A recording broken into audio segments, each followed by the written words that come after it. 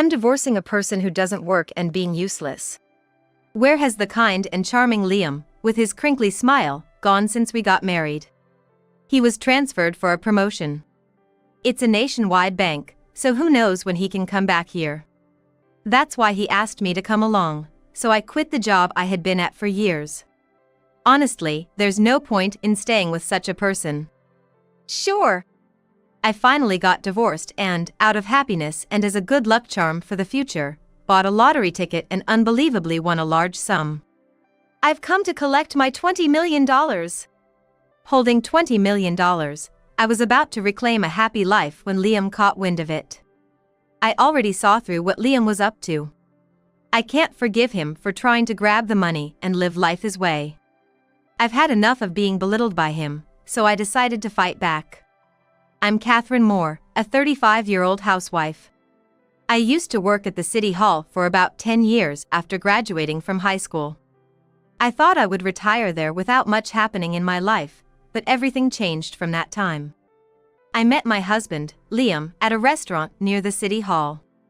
It's quite a big place with a wide variety of menus, so we often went there after meetings or completing big tasks. That day, after finishing chairing a meeting, I went there alone for a nice lunch as a treat to myself. What's recommended here? A man was pondering in front of the menu outside the restaurant. Indeed, with its wide variety and colorful pop displays inside, it's common to see people struggling to decide what to eat. Watching the man chase the tags of number 1 favorite, recommended, and manager's pick with his finger, I felt oddly intrigued. Normally, I'd pass by, but I found myself speaking to him. If you're here, I like the chicken Neapolitan. It's sweet and spicy, really good. Chicken Neapolitan? Is that on the menu? Yes. The chicken and ketchup of the Neapolitan mix well, very delicious. Then I guess I'll have that. His crinkly smile was so charming, I couldn't help but stare. At first, I thought he was a capable businessman, but when he laughed, he seemed almost boyish. Hey, that keychain. Oh, this? Got into it because of my sister. Just went to their concert recently. That's from that concert, right? I went too. It was awesome. Finding out we liked the same artist, we hit it off and ended up eating together unexpectedly. Familiar with the place and it being lunchtime, and above all, I enjoyed our short conversation. I felt so fulfilled, it seemed our lunch break wasn't enough. Liam seemed to feel the same and approached me as we were leaving. Hey, if you don't mind, I'd like to meet like this again. Can we exchange contact info? Living my usual life at the usual place, something unexpected happened. Could such a dramatic turn really happen? Despite my doubts, we exchanged numbers. I wanted to talk more with him, and it was great to share such excitement. After that, we often went out for meals and attended events together. We naturally gravitated towards each other, leading to dating and eventually marriage. We got married when I was 33 and Liam was 34. I cherished the happiness of spending my life with Liam, but things don't always go smoothly. Catherine, I need to talk to you about something. Liam came home with a troubled look. What's wrong? Come on, let's eat. I've been assigned a transfer. I had to tell you as soon as possible. I was caught off guard. Transfer? What do you mean? They told me to go see the world outside as part of the promotion, kinda without giving me a choice. Although I was surprised, I somewhat understood it was inevitable. After all, Liam is a banker, and his bank has many branches around here, so transfers are part of the job. I was somewhat prepared for the possibility of a transfer, but what bothered me was the way Liam said it and his expression. Would anyone look so down just because of a normal transfer? Hold on. What do you mean by the world outside? Is there something hard for you to say? Actually, the transfer is to New York. They told me to get trained at the branch there. What? That's so sudden. I knew you, as a banker, might get transferred, but to New York of all places? We were living in a small town, so New York was quite far away. We had discussed before our marriage what we'd do if a transfer came up. I had wanted him to go alone if it happened. However, Liam started talking about breaking that promise. "Please, Catherine. I want you to come with me." "Wait a minute. I have a job here too." "I know it's tough. I just can't stand being away from you." "You want me to quit my job and follow you to New York? What if you get transferred back here in a few years? What about going to New York alone till then?" Liam answered reluctantly. "I thought about that too. But our bank has branches all over the country, so there's no guarantee I'll be back here." "That's so sudden. Besides, being transferred to New York means I'm on the fast track to promotion. Then I can make things easier for you." Then Liam pleaded with me, his hands clasped as if in prayer. "I know it's a lot to ask you to quit your job suddenly, but I really don't want to live apart. I'm gonna work hard on this promotion path. Please come with me." I couldn't refuse when he begged like that. Honestly, if Liam went alone, I wondered how our life would be. Plus, we had talked about wanting kids soon, so living apart seemed unrealistic. "Okay. I'll follow you, Liam. But you have to work hard, okay?" "Thank you. I'll work my hardest. I'll become a branch manager and make life easier for you." I wish I could tell myself then not to follow him on this transfer. Liam seemed like a changed person in New York. He became work-obsessed, and his smile disappeared. "Ah, welcome back. Ready for dinner?" "Huh? I'm too tired to eat." He went to the bedroom, looking like he might collapse, his expression gone. Mornings were early, and we hardly even said good morning anymore. "Liam, you look pale. Are you okay?"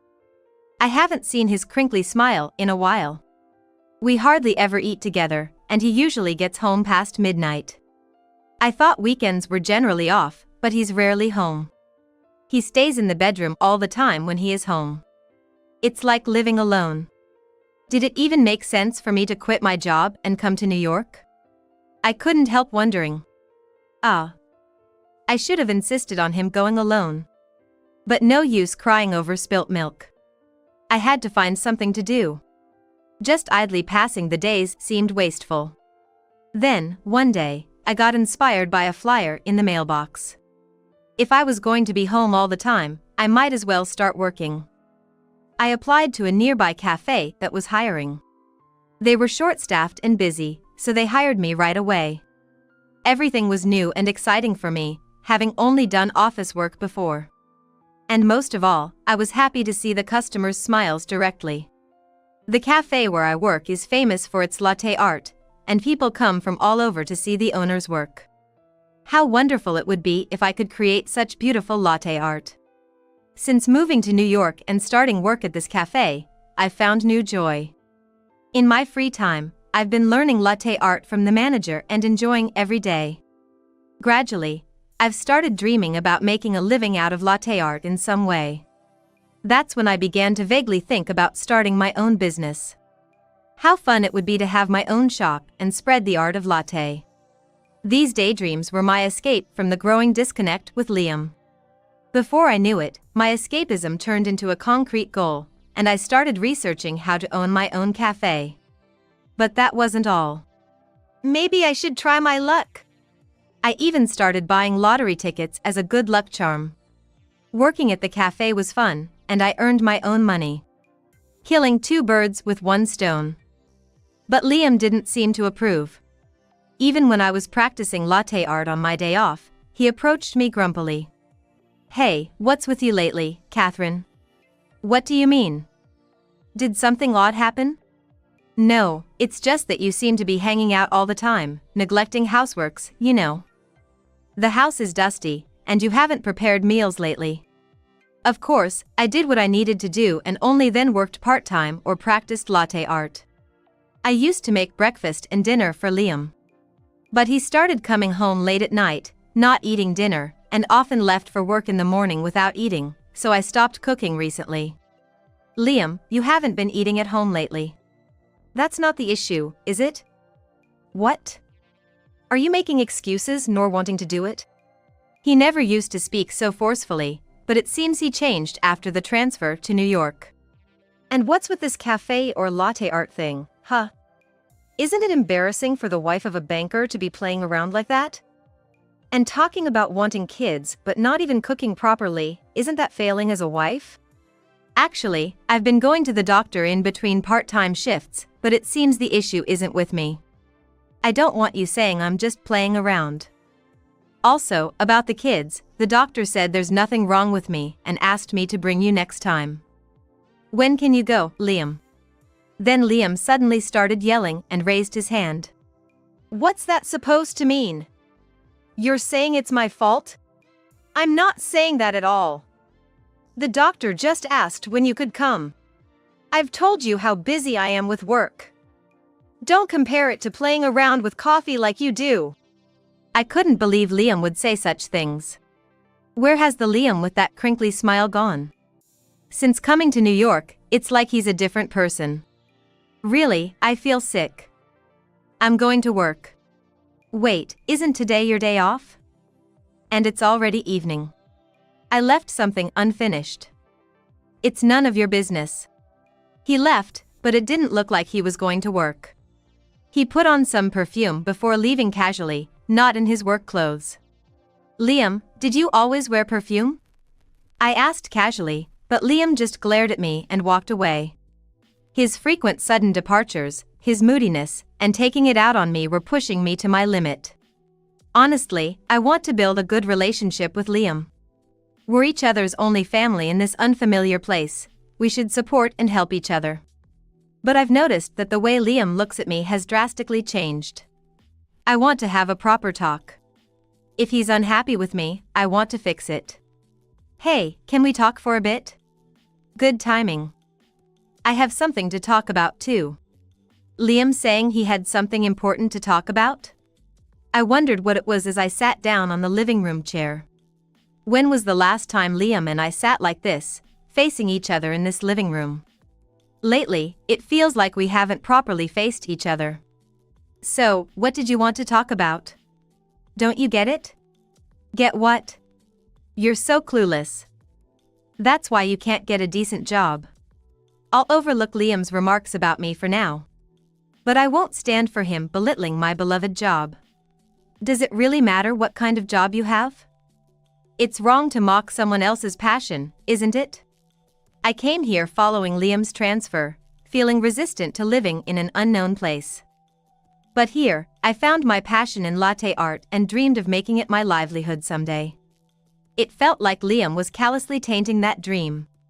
There's no justification for mocking the dream I found for myself, to own a shop and work with latte art seriously. What? A job? It's embarrassing to call that kind of thing a job. It's like child's play, that's not a real job. Enough already. What are you trying to say? Then Liam smirked and fluttered a green paper. I'm divorcing a person who doesn't work and being useless. He handed me the divorce papers. Divorce papers? Yes. You don't work and just live off your husband. Think about our different positions. So, that's the kind of person you are. I'm too busy with work to keep a parasite like you around. Does Liam think I'll cling to him, not wanting a divorce? He stood there, grinning, holding the divorce papers. Seeing me staring silently at them seemed to annoy him. He became more irritable. You don't want to sign them, right? A high school graduate like you who hasn't worked properly can't work outside now, can you? What should I do with this? Hurry up. Your slowness is just like a woman who can't work. He clearly wanted to divorce as soon as possible, his impatience showing. Filled with anxious fidgeting, Liam's foot tapping and glaring. Made it clear this wasn't the Liam I once loved. Why did I fall for someone like this? And why did I come to this distant place with no acquaintances? Now, it's all too late. There's only one thing to do. I brightly responded to my taunting husband. Sure. Really? Remember, you can't come back later saying you changed your mind. I won't. You brought these papers because you want a divorce, right? I'm done being nervous every day, guessing Liam's mood. I signed the divorce papers with a smile and told my husband, "I'll file these papers myself." "Make sure you do. I'll know if you try anything funny." "Enough. I'll do it if I said I will, don't worry." After filing the divorce papers and becoming free, I decided to check my lottery ticket, hoping for a glimpse of my future. I went to the familiar lottery booth, chatting with the regular lady there while handing her my ticket. She scanned it and suddenly disappeared from sight with a weird noise. Turns out she fell off her chair. Surprised by her sudden disappearance, I looked at the small display on the counter, which read congratulations along with an unbelievable number. $20 million? I was so shocked I couldn't speak. This is a great start to a new chapter. With this much money, I feel my dream of owning my own shop is much closer. I went to the bank where my ex-husband works to cash in. It wasn't intentional. It just so happened that his bank was nearby. I didn't expect that this visit would change things significantly. I was honestly scared to carry around such a large lottery winning for long, so I rushed to the bank just before closing to cash it in. As I was waiting after registering, a woman approached me with a smirk. "Well, what brings you all the way here?" I thought it rude how the bank employee spoke to me. "It's nothing much really." "You came all this way for?" "All this way? What's with you?" "Just please take care of this." "What is that?" Zoe, the employee, looked curiously at the lottery ticket in my hand. "I'm here to cash it in." "Cash in? You bought a lottery ticket with your husband's money and now you're splurging like this?" The bank was crowded, so her rude remarks weren't heard by anyone else. People just passed by without a second thought. I couldn't believe such a rude employee worked here, but I wanted to get things done quickly. "I've come to collect my $20 million. Her smirking face changed to a stare. $20 million? She shouted so loudly, it startled me. Without any excuse, she rushed to a back room. I was taken to the manager's office due to the amount of the winnings.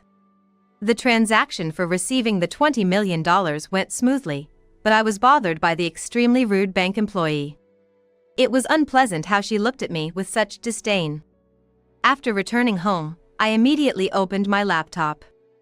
Liam's bank is nationwide, but I heard that each branch runs a blog for daily happenings and promotions. There must be something about that rude woman. While browsing the blog, I found the name of the rude bank employee.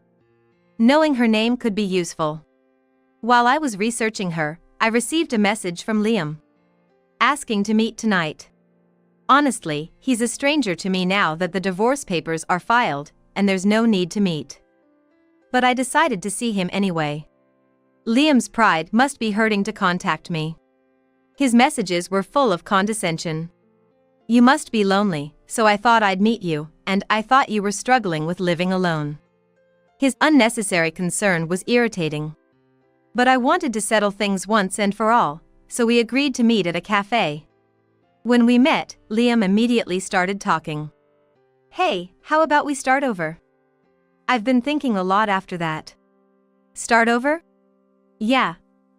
I was hot-headed then, said things I didn't mean. "And you want to get back together?" Liam looked at me intently and continued. "Yes. We've had our differences, but I believe we can be a great couple if we start over." Watching Liam, obviously smitten with his own words, I opened my mouth to put an end to it. "If you insist on getting back together." "Really? That's my Catherine. Did you really think I'd say that?" Seeing Liam's bewildered expression, I decided to enlighten him. "Unfortunately, I'm glad we got divorced. Besides, your desire to reconcile is just for the money, isn't it?" "Money? What are you talking about? Don't play dumb. You thought you could use it all by yourself, right?" Then Liam leaned forward on the table, almost pleading. "No, I never thought of using it all alone. And with $20 million, we could buy our dream home, a perfect fresh start, right? I never mentioned $20 million, though." Liam suddenly clamped his mouth shut, realizing his mistake, but it was too late. He gave himself away and was now trying to cover it up in vain. There's a saying, loose lips sink ships, and it fits him perfectly. First, you cheated on me during your transfer, then decide I'm in your way and want a divorce. And now you want to remarry just for the money? Don't make me laugh. No, it's not about the money. I mean, do you even realize what you're doing and saying? Liam squirmed uncomfortably. You heard about it from Zoe, right? What are you talking about? I knew you were dating her. Thinking if you got back with me, you could buy her more gifts, right? Liam, despite the cold season, was sweating profusely. No way, I didn't. Thought you could fool me with some lame excuses? I showed Liam a photo I had. I thought something was odd when I visited the bank. A rude woman approached me, and I realized she was your girlfriend. The photo I had in my hand was one of Liam and Zoe together. It wasn't the kind of photo you'd think of as just senior and junior colleagues. They were standing close together, more like a couple than co-workers. Claiming this as a mere workplace relationship would be a stretch. If he's trying to pass it off as that, he really needs to rethink. I work at a cafe that turns into a bar at night. I heard from the owner and my co-workers that you two often come there for dates. They said you've been visiting like this for about 2 years. No, this is, let me guess, you thought you'd dispose of me, who's just a burden to you, and then live happily with the younger, beautiful Zoe. But when I won the lottery, you changed your mind, right? Hearing it was a large amount. Liam trembled, holding the photo. He looked at me as if I had hit the bullseye. I only worked part-time during the day because I knew you would be back home, but Liam, you've been busy cheating and trying to get rid of me, and now unnecessary wife, to be with the younger and beautiful Zoe, right? Liam looked down, seemingly at a loss for words. But then, my lottery win changed your mind, hearing it was a large sum? He looked at me as if the sound effect gulp would fit perfectly. Did I hit the nail on the head? You thought that if we retracted the divorce, you could squeeze money out of me as your husband? Yes. Money is a shared marital asset, right? I've been living with you for years, so if we continue our life together, it's undoubtedly shared. Wait, are you seriously saying that? I sighed at Liam's words. What kind of nerve does he have, pushing divorce papers on me and then talking about reconciliation as if it's a pretext to share my wealth? Indeed, I have the lottery ticket and I fortunately won a large amount. But I bought it after we got divorced, that is, after submitting the divorce papers. What? What are you trying to say? Make it clear. It means it's not subject to property division. I've already checked this with a lawyer. He looked at me with a resentful expression. Did you really think you could file for divorce on your own and then casually live with me again once my financial situation improved? I never said that. No, but that's actually what you meant, right? I heard it. I operated my smartphone. What flowed from the smartphone was an audio recording. From amidst the noise, the conversation could be heard. It was Liam and Zoe's conversation. Talking about how, if they managed to get their share of my $20 million lottery win, a dream home and company would no longer be just a dream. The woman's voice sounded jubilant in the conversation. Is this from that time at the bar? How did you get this? It accidentally recorded while I was recording a video. Liam's face turned from pale to red, looking busy. So, you plan to quietly take my $20 million win and have a good time with your mistress, right? You're just being unfair.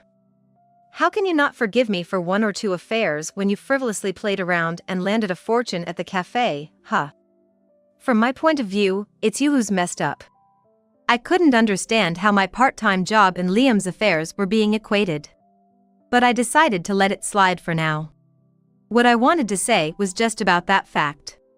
This branch, it has one of your senior executive who attended our wedding. The world is really small, huh? So what if a senior executive is there? That's none of your business. I showed him the video because he wanted to see it. He's interested in flair bartending. Oh, and by the way, it was the video of your conversation with Zoe. Suddenly, Liam stood up from his chair with a loud noise. He stood up so forcefully that the chair fell over with a big sound. "Hey! What are you thinking, showing that to my senior executive?" He wanted to see it, so I thought it was okay to show him. "What have you done?" Liam slumped down, holding his head. It made sense, as one of Liam's seniors at the wedding was rumored to become a branch manager. In other words, getting on the senior executive's bad side meant instantly falling off the career track. "All the effort I've put in, and now he knows about it." You were just hoping it wouldn't get out, weren't you? Well, it doesn't work that way. Eventually, Liam fell off the career path and is now reportedly swamped with shredding documents as a teller. Surpassed by his younger coworkers and treated as a nuisance at the bank, he only has himself to blame. He chose his path, so he should accept the consequences. Zoe was called up by the higher-ups and left with no choice but to resign. She threw a tantrum, not wanting to quit, but after such a public affair came to light, she had no other choice but to resign. In the end, she did. However, Zoe was apparently incompetent at her job. She couldn't understand instructions and did sloppy work. Unable to do anything well, she's registered with a temp agency but isn't working. After the divorce, they both blame and berate each other. I think it ended up this way not because of the affair, but because they didn't take proper care of each other. I continued practicing latte art and decided to go independent. I was wondering what to do when I went independent, but the owner helped me with various consultations, which was a huge help. Thanks to the owner and my part-time colleagues, as well as the owner's generosity, I was able to open my own cafe through a shop division. My days after high school were spent monotonously working in office jobs, but following Liam's transfer and encountering the fascinating world of latte art was a blessing. If I had stayed at the office and let Liam transfer alone, I probably would never have discovered latte art. Though there were anxious nights at first, word of mouth and magazine features gradually brought in customers. I never dreamt I'd own my cafe, so life is really unpredictable. That's what makes life interesting. Being able to enrich every day with something I love is a modest happiness that I deeply cherish.